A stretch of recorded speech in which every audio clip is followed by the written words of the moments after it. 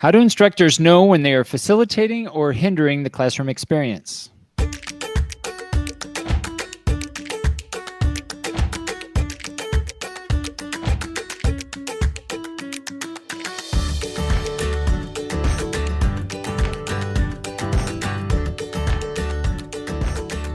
Hello and welcome to Teacher Learning Cast, episode number 25. Today is October 13th, 2018. My name is Benjamin Stewart, calling from beautiful Aguascalientes. Morning, everybody. This is Piry Herrera, also here in Aguascalientes. Hoping you're having a nice morning. Here in our town, we are in the middle of the change of season. So for moments, it's really hot, and for moments, it's really fresh. But we are having fun with this weather and our clothes. Ben, good morning. Good morning, Piry. Yes, things are moving right along here. We've finished week 9 of this semester. Things are going very quickly. Trying to keep up with all the classwork and students and just trying to get through the semester. It's been a really good semester for me so far. I know we've talked a lot about our classroom experiences, and actually this episode is no exception. I think today is going to be a really good opportunity for us to kind of dig deep into what we talked about last week with test-based learning. We had a really good discussion last week, episode 24, where we talked about different aspects of test-based learning, different models.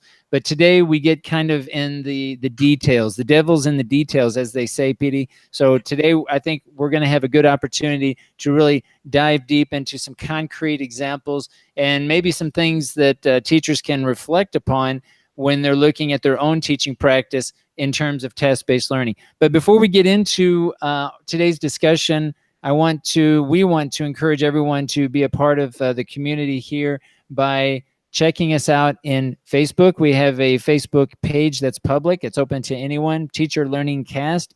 You'll find links to all prior episodes that we have. We're trying to build a repository of all the recordings that we've had in the past. So check us out in Facebook.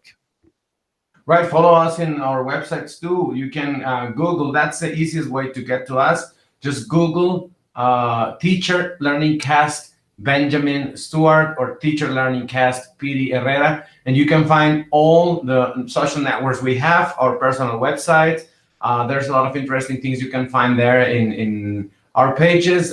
You can go back to prior shows that we have had, and you can leave comments in any of those questions or suggestions or whatever you want to share with us, just that we can take it into account for further programs here in Teacher Learning Cast.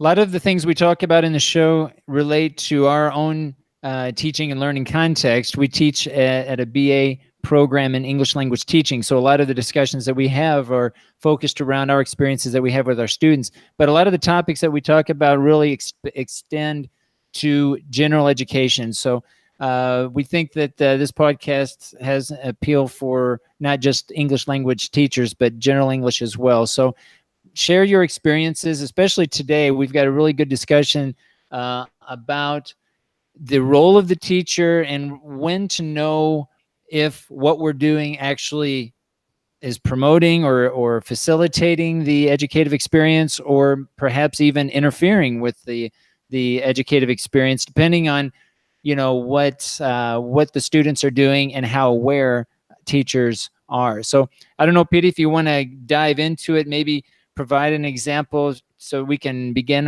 this discussion about the teacher's role in the classroom. Right. Last time we were talking about some aspects related to specifically your class in writing, right? And you were giving us some examples of what you were doing during the week with the students and taking students step by step. And that remind me some of the things I do with my students when I get into specific topics, specifically mentioning things related to theory or aspects in which they need examples to start creating their own ideas in order to teach. My students are pre-service teachers who are for the first time teaching. They've been teaching for one semester already, but amongst themselves in simulated classes. So that reminded me, when I get into these details or theoretical aspects or examples, there's always a decision to make. How do I do it? Do I get through through the idea as a whole and then start breaking it down if needed? Or do I start it chunk by chunk, piece by piece, taking students like hand by hand, step by step, showing them a piece of the puzzle at a time, and then at the end creating a whole concept or a whole idea? And that's what raised the question, because today it's mostly putting up the question on the table, right? And see what comes up. And I think the question you mentioned at the beginning of the transmission, it's kind of enclosing couple of questions I had in relation to this, which is how do you know whether whatever you are doing, I'm talking about the example of breaking it down or putting it as a whole when you talk about the input, right? But how do you know whether the decision you made is facilitating or vice versa, hindering the classroom experience for students? And that's the big question, because it's not always the same thing, right? For some students, it's going to be one thing. For some others, it's going to be a different thing. But how do you, the teacher, know if you're actually helping or blocking students' development? Yeah, I mean, we used the example last week in my class, in my writing class, where I'm trying to focus, in fact, this entire semester, I'm trying to focus a little bit more in task-based learning. I just kind of find myself actually focusing more on this, because I think that, you know, in my case, my students are really working towards a particular goal for the week. And in my case, it's helping them develop a body paragraph, because that's the goal for this particular class. Mm-hmm. So I guess the question really is, you know, how do you break that down? You know, we've talked about other examples, like for listening, mm-hmm. You know, listening example, but how do you break that down? Do you present it within some sort of quote unquote authentic type of task, and the for example, the acquisition of vocabulary kind of emerges, or do we preload do we present or pre-teach certain vocabulary at the beginning of the task in order to better prepare them or enable them into a more interactive activity? That's really, I think, the question here. And I think that when we look at something like this, we have to take into context, obviously, the type of activity or the performance task, which we've talked a lot about in prior episodes. Mm-hmm. What's the performance task, and how do we get there? And what kind of activities do we do on a day-to-day basis that help learners better prepare for that particular task? And so when we look at task-based learning, I think that some of the instructional learning episodes that we talked about last week, this idea of reproductive versus productive, knowledge versus skill, metacognitive versus cognitive, and these far versus near transfer, I think all of those are part of the quote unquote answer to this question of how do we present our particular, you know, those particular activities. And, you know, I'm thinking in terms of your case, I don't know if you can share an example of maybe with a student where he or she maybe upon reflection realized that they made a wrong choice in how they organized either one particular activity or certain techniques within a particular activity. Can you share a particular case? Yeah, following up what you were mentioning about listening, the prior weeks we've been working with teaching listening in this class for pre-service teachers in simulated classes, 15 minutes classes. And the idea in here is that listening at the end is one of the skills which is kind of not complex, but different to organize in order to actually teach versus test what the students actually know. What I mean by this is that, for example, it's not like a grammar structure which you can show in an example or with the technical terms, break it down or put the whole sentence as a whole, and then go through the pieces and explain to students what a verb is, what a noun is, and all of these aspects piece by piece, and then bring them together and actually give them a clue or hint or a format to follow for further use of the same structure. Maybe it's not like pronunciation, in which you actually can help the students with the articulation of the specific sound using the different phonemes and the different muscles in your mouth and the pieces that have to be moved in a certain way. And you can actually explain that and take students through that explanation. In the case of listening, at the moment of listening, you cannot tell a student, like, you have to open your ear like this in order to understand this sound. That's no way. Whatever you do, it's gonna be prior or after the actual listening. Whether you use a strategy in which you pause the audio and you actually help them a lot, the actual moment of listening is students by their own. So yeah, it all comes to the idea of, are you actually helping them to develop the skills with everything you do in the pre-listening prior, or are you just asking them to do a listening test and then verifying if they did it or not? That's where the question started, this idea of, am I interfering or not? So we started to see some ideas in order to help students actually develop this skill, like many things to be done during the pre-listening in order to prepare students, to give them information about the context, about what they're going to hear, maybe the kind of words, the sounds, or sometimes even the script of whatever they're going to hear, in order to help them during the actual listening. And then after listening, verifying whatever the task is. I mean, if they had to answer true or false or fill in the blanks or whatever it is, but after listening and verifying, the idea of the need of listening again in order for the students that didn't get it in the moment of listening to actually have the opportunity, now that they know the answers and that they know they have more help and more support, actually to re-listen again and then listen again. We also saw some things about the use of strategies like pausing in strategic moments during the listening, in order to help a little bit more students to understand whatever we need, we want to be the key to be understood. So that's pretty much the scenario about teaching listening. Now, at the end, the final decision, or maybe, I don't know if it's the final or it's the first decision, is, what do I do? Do I start by playing the whole thing and asking them to do it and then see what they got? Or shall I prepare them step by step with the vocabulary, with the type of sounds, with information, with images, with whatever that can help them to have an easier way to go through the listening when the actual listening happens, and whatever happens in between, right? I mean, different degrees of support prior to the listening. So it goes back to the same idea, to the same question. Do I go for the whole thing, the whole bunch of information, and ask the students to deal with it? Or do I break it down step by step, and then at the end we make it a whole? And that's what gave me the question. Now, whatever you decide, I don't think there's a right or wrong answer of what to do first or what to do next.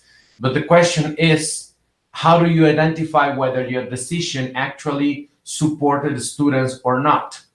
And the specific case, after all this said, is, for example, one of the students played an audio and he decided to play it for the first time as a pre-listening to familiarize the students with the sound. And the idea was, after it, he would bring a worksheet to complete. They would explore the worksheet, and then they would go to the actual listening to do it again. To actually do it for the first time, I mean, to complete the worksheet, to identify specific information that was needed to be completed on the worksheet. But what happened there is that when the teacher played the video it was a video with audio for the first time, they finished listening, the teacher gave the worksheet, and the students had already the answers for it. So, and then what the teacher decided to do is to keep on his activity as if they didn't have the answers, as the teacher had it planned since the beginning. And that's when, again, the question came. Is that interference, or is the teacher blocking the progress? Is there another decision that should have been made at that moment because the students went way ahead in what the teacher had planned? And how is the teacher detecting or sensing that? And what is the kind of decision that you have to make? And that also remind me your example from last week in writing, in which some students wanted to go ahead in certain things. And we didn't get deep into that, but pretty much my question in there would be, whatever they had, was it the outcome that was expected for the end of the week at the moment they show it? Was it the right moment to go through it? Did they have to go through a prior process? Or how do you actually know that maybe they went through the process in a faster fashion in that same session? I don't know. So all of this created, at the end, the question of the million. Am I actually helping it by putting the whole task as a whole for them? Or am I blocking the learning because they cannot do it? Or the other way around? Am I blocking learning because I'm breaking it down when they can actually go for a bigger bite or not? I think there's a distinction we need to make here, though. First is, in your example where you said that the students already knew the answers in your teaching practicum class, I think it's important to mention that these quote unquote students are actually the teacher trainers that are taking the course, right? So they're going to, they're going to have a higher level of English than the actual lesson, the intention of the lesson, right? The lesson, I'm assuming, is going to be at a lower level than the students actually have. Putting that aside, though, I think we can imagine cases where maybe this similar type of situation might occur, where students already know the answers in a real life class. And let me complete that with cases that I've seen before in other kind of courses when I go to observe. The teachers design worksheets which can actually be answered by logical thoughts, and then the listening is not needed. So it's pretty much the same idea. They already got the answers, right? And I think this goes back to the key aspect that we talked about last week when we looked at instructional learning episodes, is that I know that in your case, you're looking at a specific class in isolation, perhaps. But in real life, usually, classes are moving and teachers are becoming familiar on a day-to-day basis as to the level of the students. And in many cases, whether they're using task-based learning or not, that there should be some sort of continuity or series of skills and knowledge that build upon prior classes, right? So I think that, one of the things that I would question if this comes up, where a teacher prepares something and students can already really complete the answers, I think the question might be is, well, what have they been doing prior, and what kind of information are they getting to make a decision to use that particular handout or to do that particular activity where the students already know the answer? So I think part of the issue here, part of the question is, how can we become better informed as we're learning from our students on a day-to-day basis as to their level of skill and knowledge, so that all subsequent classes are designed such that they're building on what they know, right? So, I think that, in my class, I might perhaps err on the other side where maybe I'm expecting too much and I have to backtrack. I would much rather shoot high and then bring it back a little bit easier, just to avoid what you're mentioning, just to avoid this problem of setting up a situation where, well, they already know the answers, right? And it was just kind of a waste of time. Right. This that you mentioned brings me back at something that we've discussed priorly in other programs about a wider view of the class itself. And I think this is a recurrent topic we are going back to, the idea of not just focusing on the day's activity. not just focusing on what's going to happen today in my classroom, and which sometimes is what teachers tend to do because of planning time, because of the number of classes they have, the number of groups, and the different tasks that they have to fulfill in their different schools. And some of them, they just have a general plan for the week, and then day by day they actually go through the specifics and the actual objective.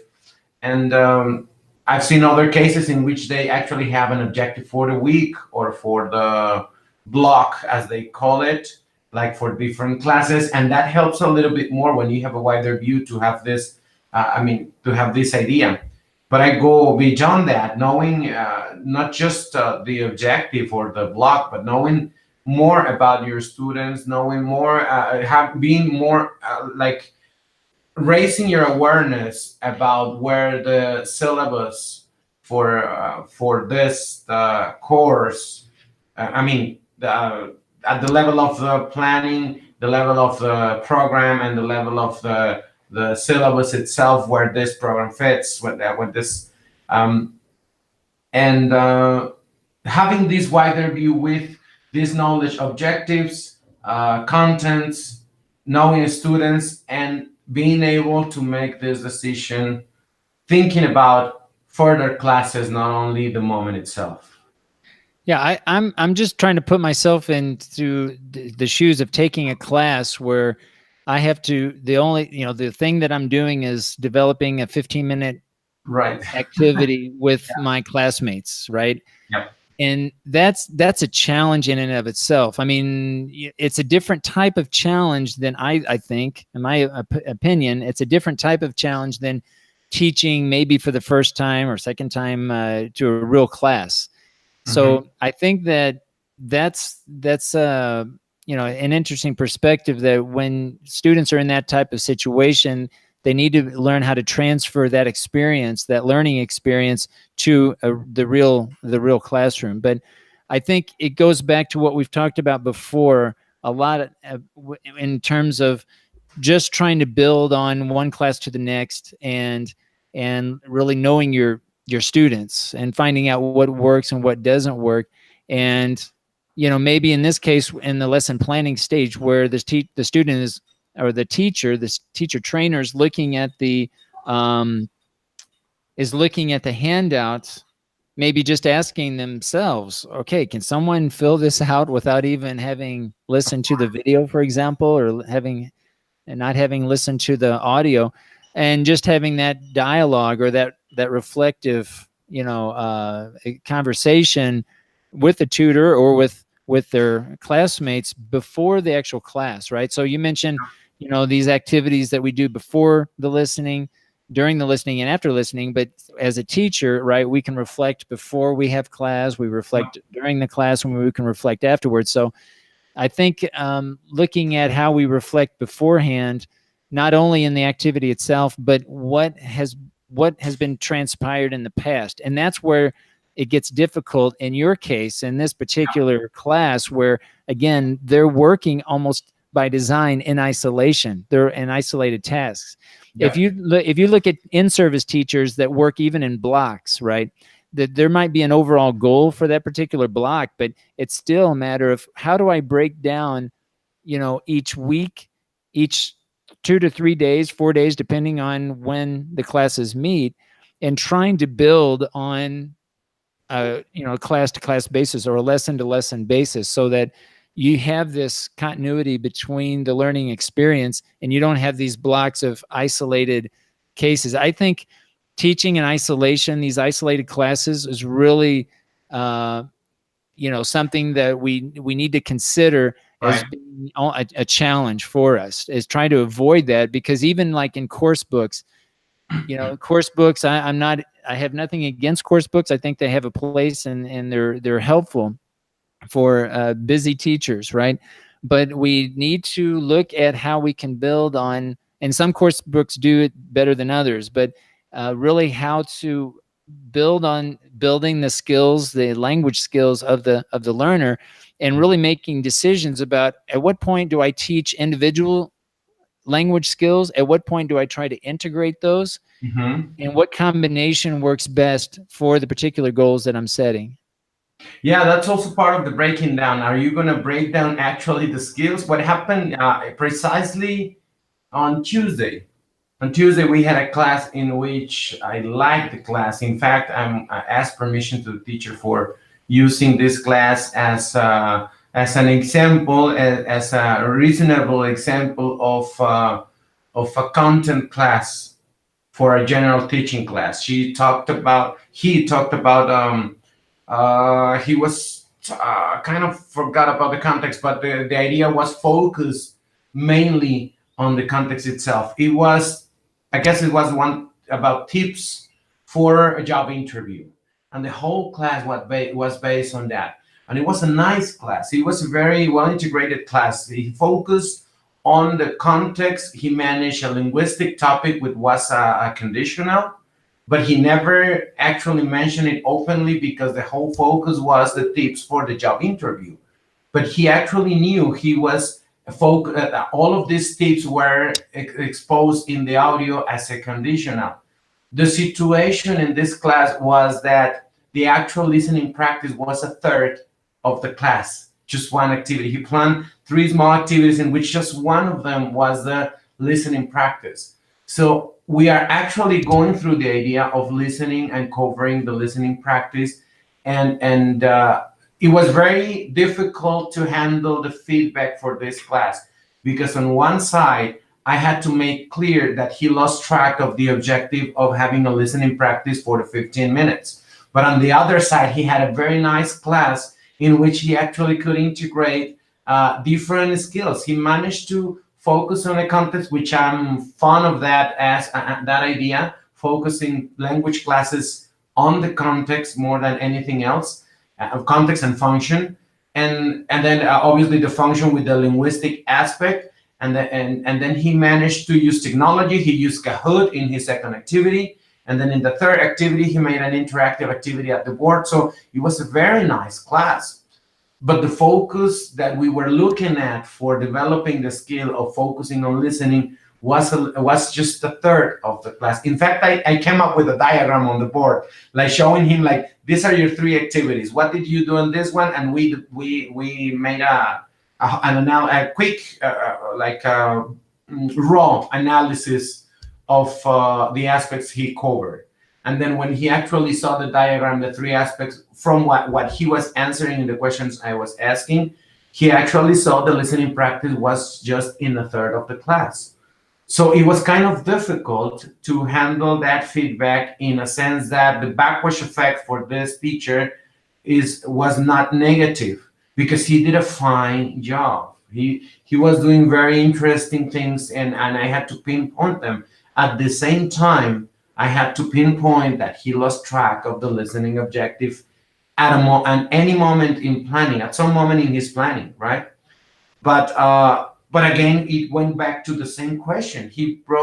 Do we break it down and we focus only on one skill or not? Or can we leave this integration? In that moment, I remember something we discussed about Jeremy Harmer when he talks about this idea, which I call romantic, in which you have the students spontaneously talking about certain topics and taking the opportunity to teach about that.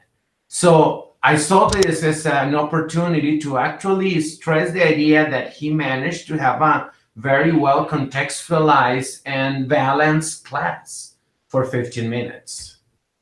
So that was going to be my question. This particular case, this student was in the class that teaches 15 minutes with their classmates, right? Right, yes. Same. Okay, so that's interesting. So, we've talked about in prior episodes, we talked about the SIAP model, content and language integrated learning, or CLIL also, where, there's actually techniques that are involved in helping content subject matter teachers learn how to also incorporate English into their own content courses. And I think we can take a lot of these same principles and adapt those to the general English scenario. We've talked about this a lot, that, one way to look at even general English is to treat it like a content course, or treat it like English for specific purposes, if you will. You know, a class where language is used as a means to discuss and really achieve certain content goals. And so I think having this dual objective of language goals and content goals, I think will go a long way to general English teachers as well, even though the content objectives are really not the focus. Sometimes I think we focus actually too much on the language and with no context. The content provides the context, right? So if you're looking at certain content for, like you said, going to the doctor's office, but make it, you know, that's where these essential questions come up, where there's a driving question, a deep thinking question that really comes back to the root of both the content and the language. So the content helps develop the language helps develop the content, and it's this back and forth. And this goes back to, okay, what do I focus on? Do I focus more on the content? Do I focus more on the language? And I think that it can be difficult in a class such as the one you're discussing, where you're looking actually in 15-minute blocks. But I think in the in the reflection part of that is to be able to conceptualize, as the teacher trainer, conceptualize the situation of those 15 minutes and be able to articulate, okay, this is one activity, but it's a part of this bigger bigger objective, and that they can recognize that objective. Maybe, you know, maybe it's not as clear as, you know, as it would be for someone who has a lot of experience, but the idea is that they can, you know, even though maybe the class itself is more focused on a particular individual skill, that they can articulate the goal. And then vice versa, like in your case, this case of the teacher that you mentioned, maybe he does a really good job of the content part, but, you know, but maybe needs to allow a little bit more time for the language. So I think it's you know, there's really no clear answer here, but I think it's maintaining this balance and this understanding of content objectives versus language objectives, and then how to integrate those two together in a meaningful way for the students. Right. There are a couple of things you mentioned which actually are going on in that class. For example, this idea of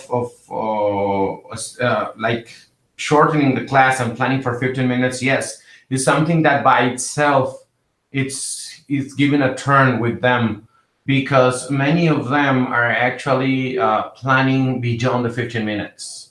When they come to tutoring, when they come prior to their class, they have a lot of ideas, they have a lot of things to do, they are thinking about beyond the 15 minutes, and they just come to verify if they are doing okay by selecting certain piece of that plan.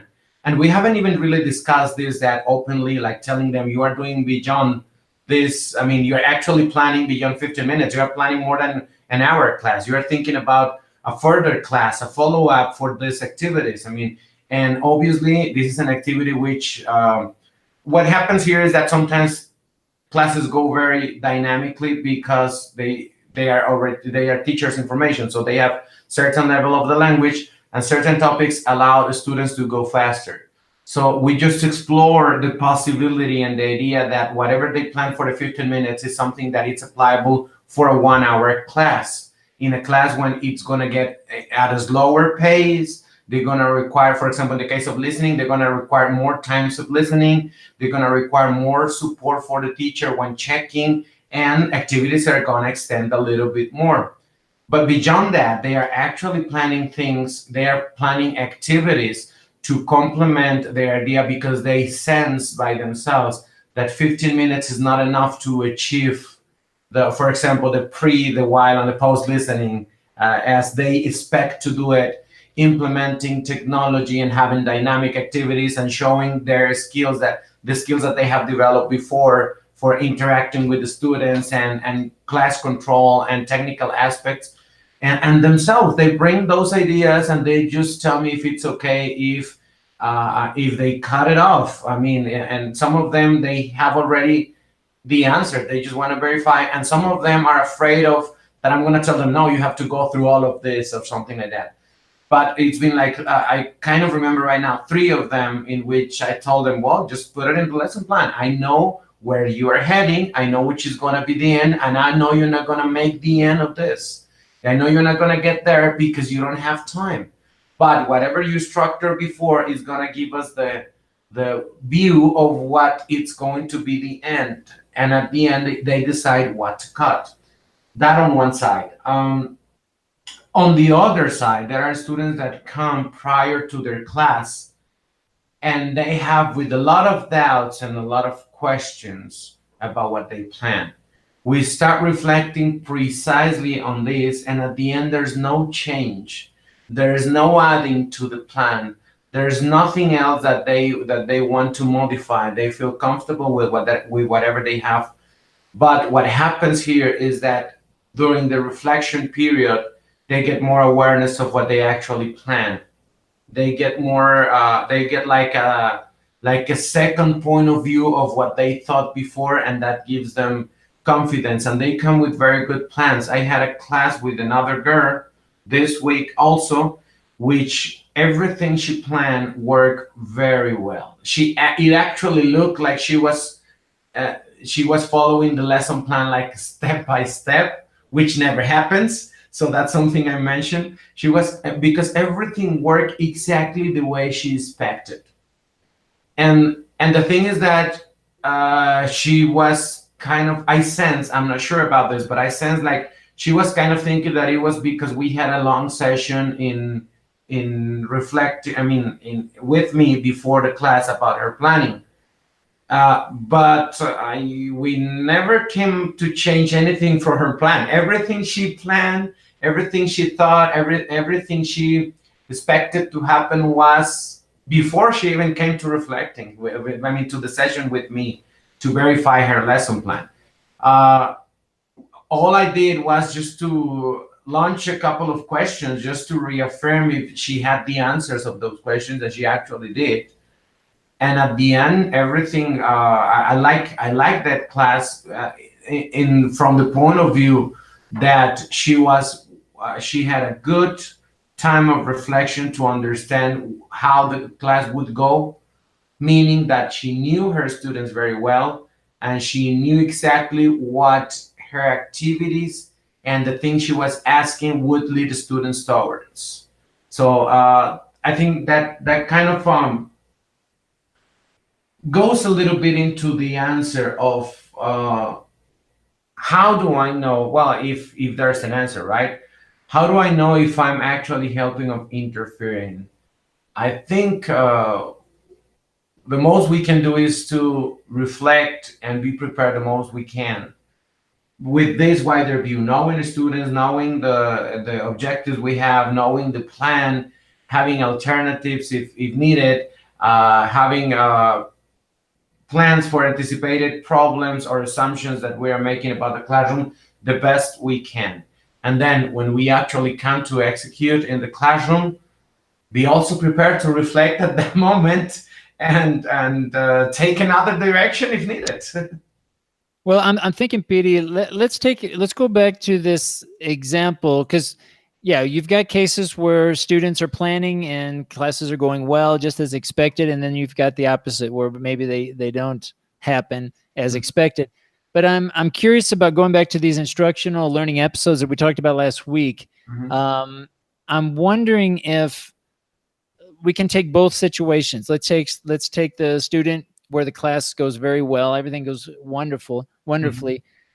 But if we ask the student in terms of these instructional episodes versus, for example, reproductive versus productive, Mm-hmm. were the students in that particular class, were they being productive or reproductive? Were they being productive where they were actually generating knowledge, creating knowledge or language, versus just kind of remote, language, or through memorization, through rote repetition, right?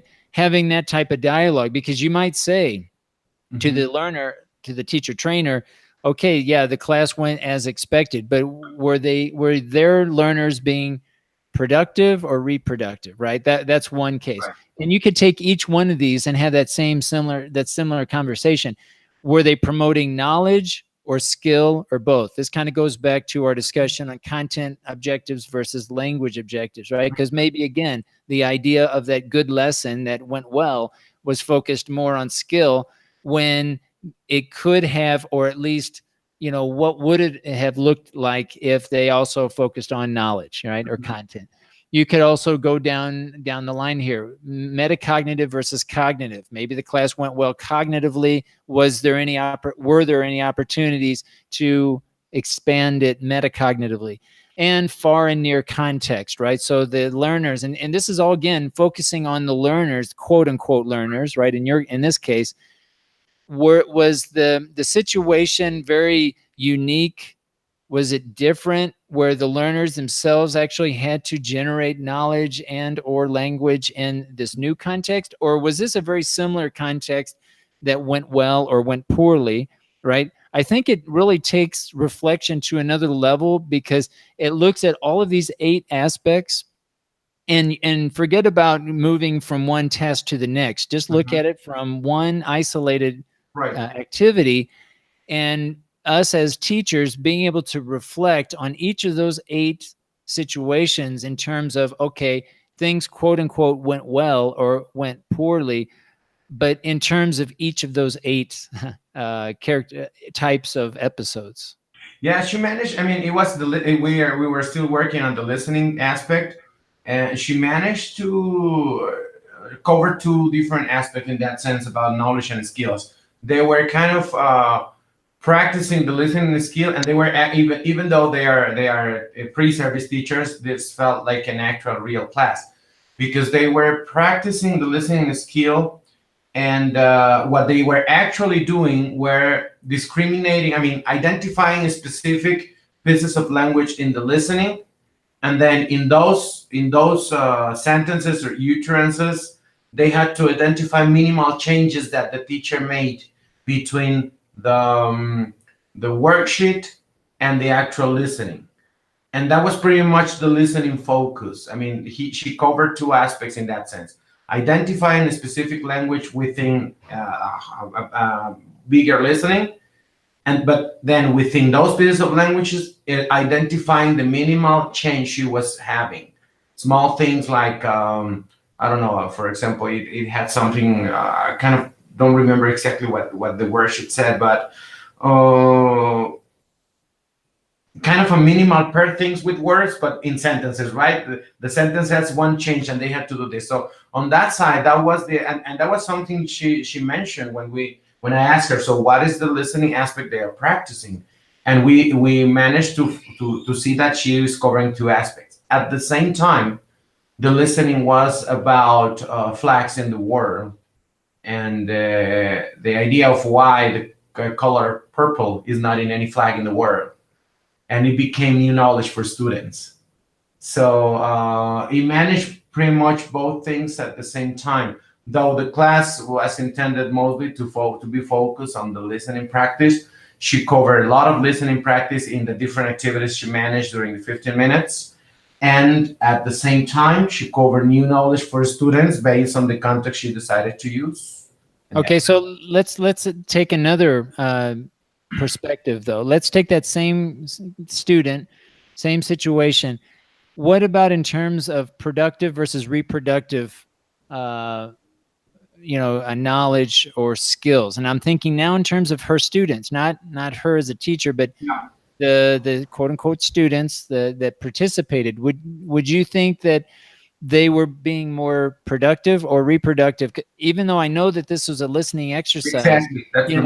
We still need to look at, because the only way that we can judge whether or not they learned, right, is through some sort of production, whether it's writing or speaking. So my question is this: productive versus reproductive. What do you think was the main focus? Kind of difficult to now that you mention it, because the home class is based on listening pretty much. So there is nothing to actually reproduce, since it's a comparison between what they listen and what they read in that sense. And that's the problem. Yeah, I exactly. mean, that in general, and like when we focus on isolated skills and we're focusing on listening, and listening is a good Right. example, the Right. tendency is hand out a little true and false or multiple choice, and that's it. We move on, where there's a lot of other things to consider when, incorporating listening comprehension skills in the English language classroom, thinking in terms of, okay, what kind of writing or speaking activity can I link to that listening Well, exercise? let's just remind that in this class that pretty much the idea is that they focus on a specific small task and skills, because this is the first time and we want them to develop certain aspects related specifically. Like for example, in the first course, we base on technical aspects like the movements, like the eye contact, like the position in the classroom, like launching question for students, very specific things. This is the second course in which we go through the skills, but with the idea of focusing, students are actually focusing the activity itself. That's why it's a 15 minutes term, focusing the activity itself only in the skill. Obviously, this would be as a part of a whole in a class, which that's why I brought up the example from the other students in which he's having a balanced class. And at the end, he is way ahead in that sense somehow of what we want, right? In that sense. Right. So in this case, and I'm, because I'm not familiar with this Right, situation here, and right. I think it's important to kind of work out some of these details.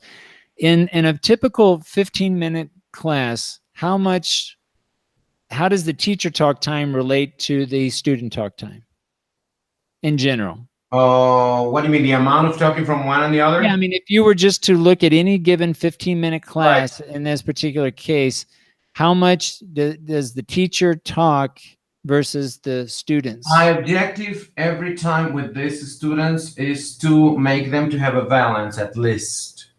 And this is something we work since course one, and we still work it in this course because some students struggle with that.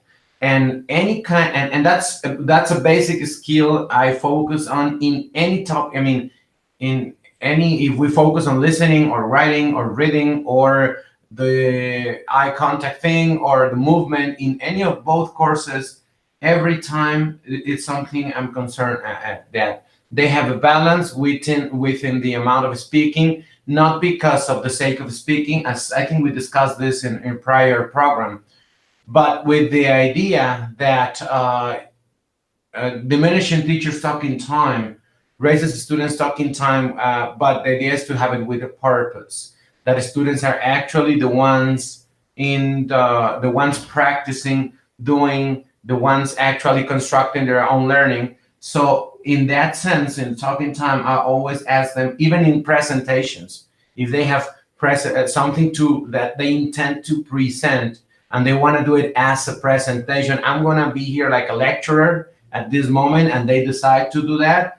Even though they do that, I ask them to balance the talking.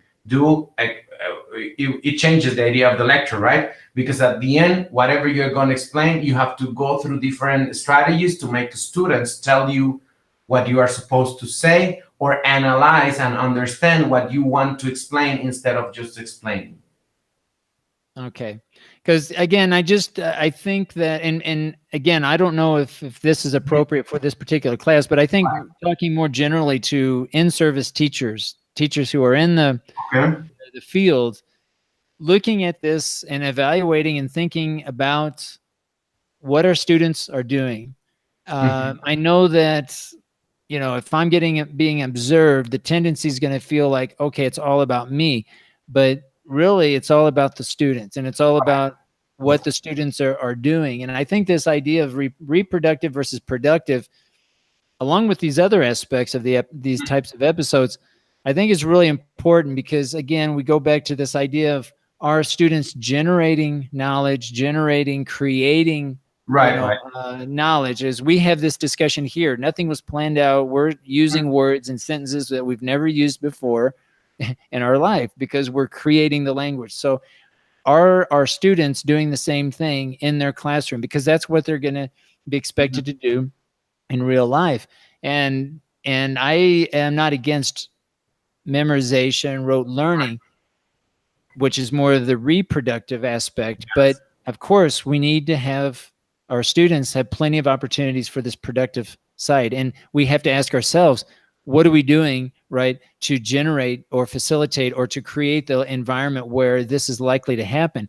And in any teaching program, right, or any type of learning, we need to have the students exposed to that experience, or at least have that conversation as soon as possible, because otherwise it gets too centered on the teacher, and it may not even be intentional, right? But if we're used to just constantly worrying about, oh, am I going to speak correctly? Am I going to make a mistake? Or am I going to write a word and misspell a word on the board? Or, all these, you're always focusing on these problems when we should be thinking constantly of the learner, and I equate this a lot to whenever I give a public speaking class, or if I'm in a thesis seminar where we're helping students present their research publicly in front of examiners and other people, that when you're giving a presentation, it's easy to think, oh gosh, I'm nervous, or they're going to laugh at me with what I'm wearing or whatever.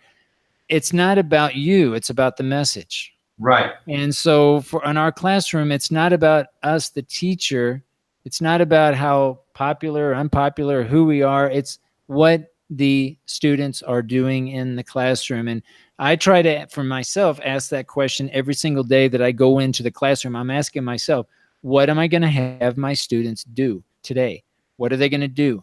And what do I have to do to make that happen? And that's a personal thing that I do, but it really is related to this reproductive versus productive aspect of these instructional learning episodes that we really want to try to focus on our learners. Yes, something that it's part of the objectives in this segment of the listening part for students is precisely that they just I know it's focused on the listening itself, and the students developing the ability to handle an audio in a proper way to actually help students practice, rehearse certain aspects when listening to the audio. And that's why one of the objectives personally that I take with them is that they adopt this idea of not just listening for the sake of listening. Avoid these ideas of are they gonna, as you mentioned before, they're gonna answer true or false, and I just select what to ask because of no reason.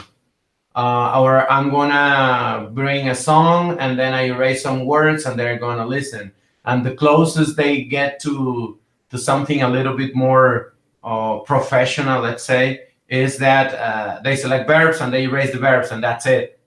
One of the focuses that I have is to make them reflect in the reason and the connection that the key aspects that the students are going to listen, in the case of listening, the reason why they decide those are the key aspects they have to listen to specifically. And that's what makes them think about a wider aspect. Some of them go through the idea of, I want them to practice actually some things about sounds or pronunciation of words, but actually focus on the listening part, or discrimination of specific sounds when the link of words are together.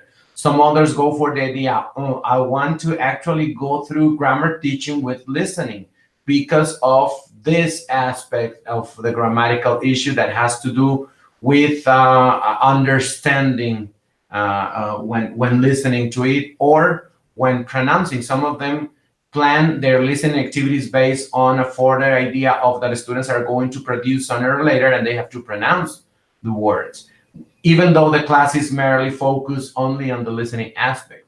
Others decide, no, I'm going to focus on the context itself and what it's going to bring together. The key aspects that the students have to identify is the content itself of the class. because I'm going to focus on a content class. So it doesn't have to be structural based, whatever they have to identify listening or whatever, but it has to be related to the topic and so on. But the idea is that precisely they avoid these situations in which there's no logical reason for the listening, just for the sake of saying, oh, I'm going to have a listening and I'm going to play something, and they have to fill in the blanks with these words, and they just erase at random, which I've read before that it's also a strategy, right? You select certain pieces of scripts, and up to certain number you count words and certain numbers of words, and it works for a reason. But I go for the idea of whatever you do in the classroom, first, whatever you plan to do, go ahead, try it. But under the condition that you have a reason for it, whether valid or not, but give me a reason. And the reason cannot be just because I decided to do it and that's it. No, there's a reason why you decided to do it or select it. And pretty much that's what it's going on when we come to the decision of, shall I break it down for students? Shall I give them more help before actually going through the core activity of this class, whether listening or not, or whatever the aspect is to be seen?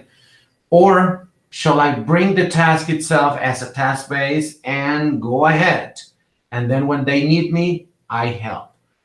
And yes, what is happening is that sometimes you try one thing, sometimes you try another, and you start to pay attention to what happens in the classroom. Maybe the ideal thing would be, I don't know if I'm right on this, but the ideal thing for this is to be prepared for both things and then make the decision once you're there, right? Break it down or not, and then see what happens. Something I tell my students is that imagine they cannot answer whatever you bring to the classroom and whatever your decision is to break it down or not. Just imagine that at the moment of answering something you ask, or a worksheet you bring, or just a simple question if you want to, or the whole exam, or whatever it is that you're gonna, in which they are gonna participate, and they're gonna give you information in which they're gonna produce, or maybe they're gonna reproduce, whatever. Just imagine they cannot do it. What are you gonna do about it then? I think this is a good time to distinguish clearly, though, the difference between performance tests, which we've talked a lot about in the past, and task-based learning. These are not the same thing. They're different things. And your question about, well, do we work on individual, activities or focus on specific language aspects, or do we focus on the task itself, is going to depend on where we are in the series of activities. Are we working still towards the performance task, again, which is going to be our end goal? Mm-hmm. We talked about setting up performance tasks, let's say every 2 weeks, every month. Yeah. But the idea is that we set up and design a performance task that learners can use all 4 skills, practice their grammar, their pronunciation, their vocabulary, all aspects of language in this quote unquote authentic, or as authentic as possible type of scenario. But then all of the prior classes or lessons that lead up to that performance task, we could look at it as a task-based learning, or at least activities that enable students to go to the next level, to continually to increase their knowledge and skills as they progress over time, and as it leads up to that performance task. In your particular case, for that class, having a 15-minute class, actually, I wanted to ask, Piry, how frequently do they give that 15-minute class? What do you mean by how frequently? They give it once a week, or every 6 weeks they have a 15-minute class. Every 6 weeks? Yeah, each of them. The thing is that we have an input session in which they go through a summary of what they've seen in theory about the aspect they have to put in practice. And after that input session, we start the sessions in which they teach for 15 minutes each of them. And because of the amount of students, it lasts 5 sessions. So it's every 6 classes. Sorry, every 6 classes, they go back and teach again. And how many classes do they have a week? That's like every 2 weeks. They teach, and they would wait for 2 weeks to teach again. Oh, every 2 weeks. So every two Yeah, weeks. 2 weeks. Yeah, sorry. Yeah.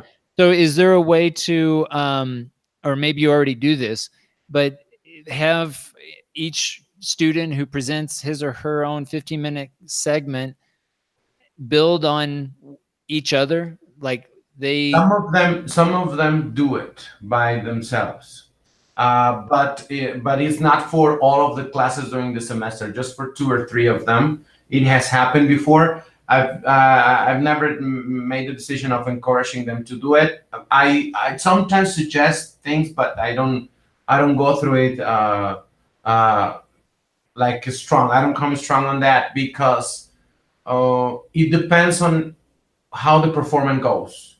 right, And let me be clear about this. Some of them are at a level in which they need to downgrade many aspects of the class in order to be able to develop certain skills that they have to develop at that moment. right. For example, things like control anxiety in front of a group, things as simple as those. Mhm. And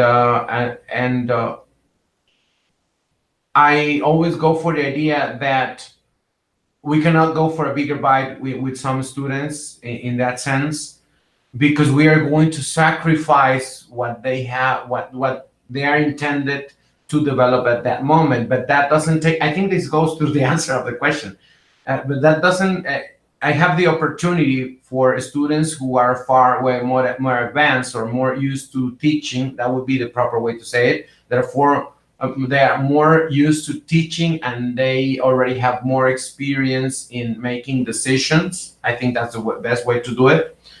And those students, I have the opportunity to challenge them a little bit more. And not because I command them to do something, is because I strongly suggest certain things which by themselves in the feedback sessions they have said it. Well, I really wanted to bring something challenging this time, as you suggested last time. So I did this, and they specifically mentioned what was the challenge for them. And that's why I don't focus that much into make a connection or have a wider view or plan a whole thing as a performance task, let's say, in which you're going to fit certain aspects of this, because maybe it's not the moment in which they are in that part, because it's the first time they teach. There are certain things they have to develop. I go for the basics, technical basic things beyond the the theoretical and meta-linguistic aspects, things like actually plan, actually have an objective which you don't miss, things like keep students working, actually working, not just think that they are working because there are 15 participations in 30 students group, and you think everybody, I mean, that was a good practice because you had 15 opinions, whether at the end, in truth, it was just one opinion from each student from 15, and the whole time was spent. And things like this are the ones that are focused. Now, in the program itself, there are certain aspects. In this semester, it's focused on teaching listening, teaching writing, reading, pronunciation, and certain theoretical aspects they have to be aware of when teaching these skills. And I think that's the minimum level required, that they're actually aware of why they decide to take certain action in that specific skill teaching. In this case, listening. And that's why I come to face this question again. Do you break it down before or not? I mean, I'm not facing them with this question. Some of them are having the question by themselves. What do I do first? Do I help them or do I ask them to do it? And what we have come up with, because it's not an answer, it's just an idea that at the end, after reflecting, tutor and student, and analyzing what the idea of the 15 minutes is, it's like make the decision. And some of them decide, well, I'm going to change it. I'm going to have something more in the pre-listening, to something a little bit more broken for them to be prepared. And some others say, no, I'm going for the whole bite. And then if needed, I'm going to downgrade. And I think that's pretty much the focus this time. And I think really getting back to that question too, how I would look at it is looking at these different instructional learning episodes. For me, this I think helps me connect the dots to this episode is knowing why we something is either working or not working, and being able to say, okay, are my students producing or reproducing? Am I spending enough time on metacognitive aspects of learning versus cognitive? When this addresses like learning strategies, for example. Am I providing new context, or are they always working in the same context? And just trying to articulate those over time to see, okay, if, and trying different things. I think part of the thing, especially, well, in any case, I'm a big proponent of trying new things and not being afraid of, Right. taking risks, even if you fail, because it's always a learning experience, as long as we're reflecting on those and asking ourselves, what are my students doing, and am I achieving those goals? But I think it's just a matter of trying new things and sharing, really, sharing even the challenges that you face with others. And this is one of the reasons why we decided to have a weekly podcast, Teacher Learning Cast, so that others can share and participate and have a voice and try to learn from each other. I think that whatever community you gravitate towards, if it's TLC or some other community, I think the main thing that we want to encourage everyone is to start sharing more with others, and whether within your own school system or outside of your school, but try to reach out and not be afraid of sharing your experiences, because again, I think that's the best way to learn and network with other teachers.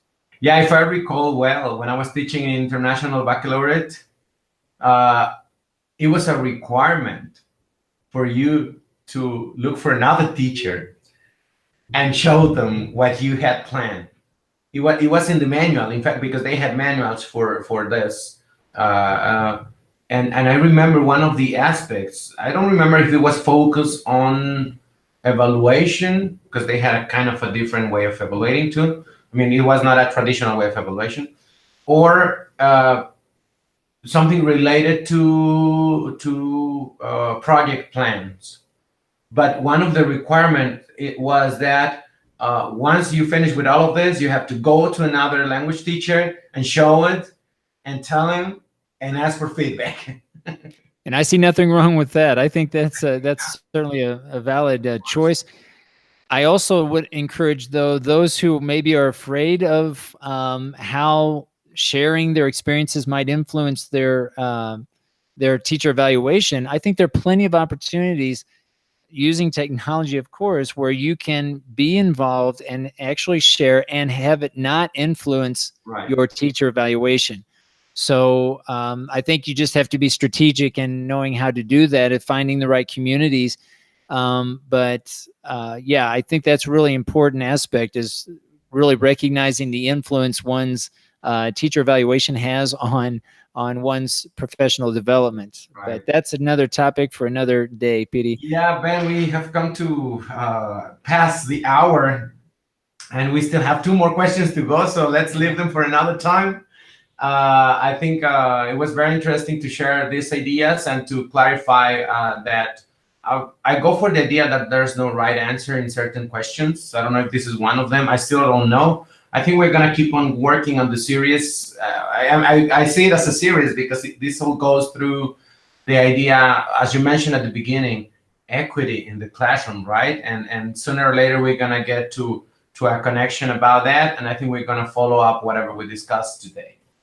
Absolutely. We want to thank everybody for listening, and feel free to let us know how your experiences in the classroom, if you've had this experience where you've either felt like you've hindered the educative experience or you've facilitated, what you've done, what corrections you've made. Share us your experiences.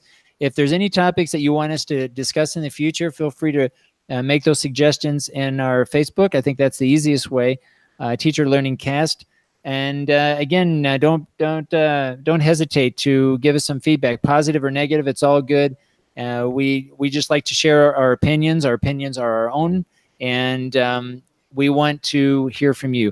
Piry, Yeah, thanks a lot for this broadcast. I don't know if you have some closing yeah, closing man. I thoughts. think you never know which is the aspect, the word, the phrase, the comment, or the argument that is gonna make click on your mind when needed. In which moment you never know which is the aspect that is gonna give you that learning, and when is the time that it's gonna click in your brain in order to create a change in something for benefit. So the idea is to put it out, share it, and let us know. I want to thank everybody that follow us today in the Facebook live transmission. Noemi, Carla, Alma Zaragoza, Bert Rodriguez, Norma Rocha, Elizabeth, my sis, and Jero Duarte, also Osvaldo, Ricardo, Angie Garay, Jonas, that joined us today for a while in the live transmission. Thank you very much. Yeah, we've got to figure out a way to bring in some of those Facebook guys and gals into our live broadcast. We are finishing Vero Duron. We are finishing the cast today, but we'll wait for you next week. We would like you to join us to talk about something for next time. And feel free, the guys who follow us on Facebook, you don't have to join the whole broadcast. If you just want to come in, say a few words, just contribute to the conversation, and then if you have to leave, it's all good. This is a very informal discussion. We want to keep it that way. And again, we would love to have people just come in and out. I try to include the link each week in Facebook. So I always include two links. I include the YouTube broadcast, and I also include the live broadcast in Google Hangouts, which would enable you to enter just like we're here in the Hangout, and you will then be part of the recording. So this is open, of course, and all of the broadcasts are recorded. Keep that in mind, but we do want to encourage all of you to come in. So feel free to do that. Piry, I think we'll stop there for today. I want to thank you for your comments and insights for this week, and we thank everybody for listening in this week, and we will see everyone next week, next Saturday. Keep on learning.